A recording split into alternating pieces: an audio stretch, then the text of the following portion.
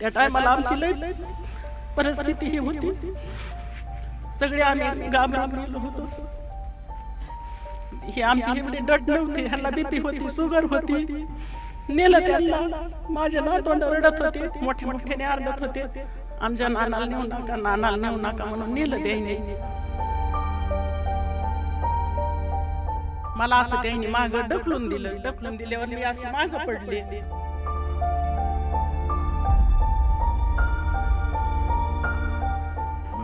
बंदूक दाखिली.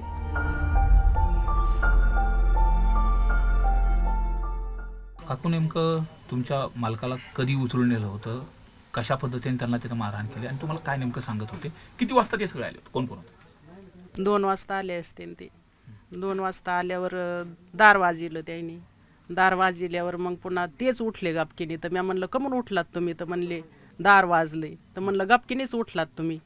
तर मग ते उठून आले बाहेर की ते म्हणले लगेच हाताला धरलं की 2-4 जणांनी येडा घातला.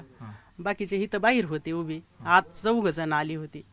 आणि मग 3 गाड्या आलत्या त्यांच्या. तर माझे नातवंड होते माझ्यापाशी, आमच्यापाशी झोपलेले. तर ते आरडायला लागले, नेऊ नका म्हणून लागले आरडायला.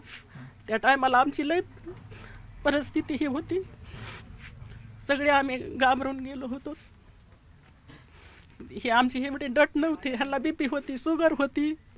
नेलं त्यांना.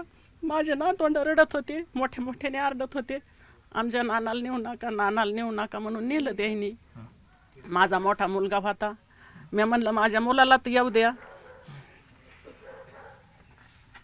मग माझा मुलगा आला बाहेर आल्यावर म्हणला त्यांना न्यायचं नाही.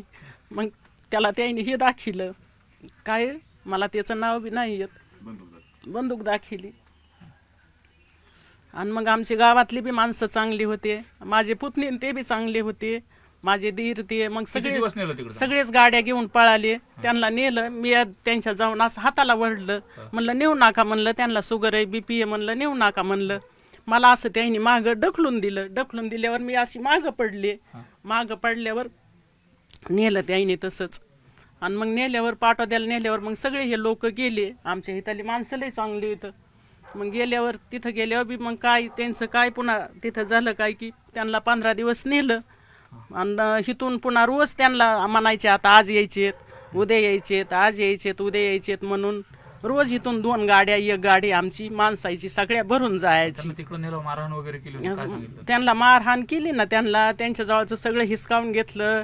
मोबाईल ठेवला नाही, तंबाखू ठेवली नाही, काहीच त्यांची सुपारी ठेवली नाही, काहीच त्यांच्यापाशी ठेवलं नाही.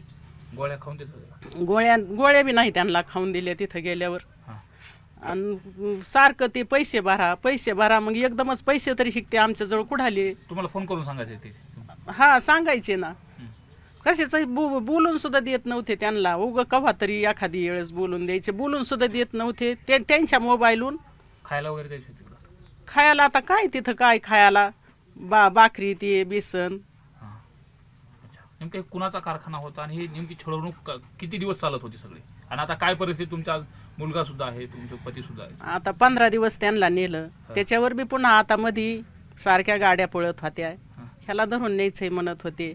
मग ते पैसे भरले, तवा भरले, नंतर मग पुन्हा आता भरले एकदा. नेमका कारखाना कोणाचा तो? कारखाना आता मला एवढं ती काय तो सांगत होता ना. कोणाचा? लिंबाळकरचा कारखाना. त्याने होतो. आम्ही जेवण सुद्धा घरी करीत नव्हतो. तर कारण ह्यांना नेल्यामुळं आम्ही सगळे असे घरी सारखे रडत बसलो होतो. मला 2 मुलं आहेत, 1 मुलगी आहे, 5-6 नातवंड इथं. सगळे आम्ही रडत होते. माझे कळते नातवंड ते सुद्धा सारखे रडायचे. जेवण तर कोणीच केलं नाही 15 दिवस. विनंती करत होतात का त्यांना घेऊन जाऊ नका वगैरे?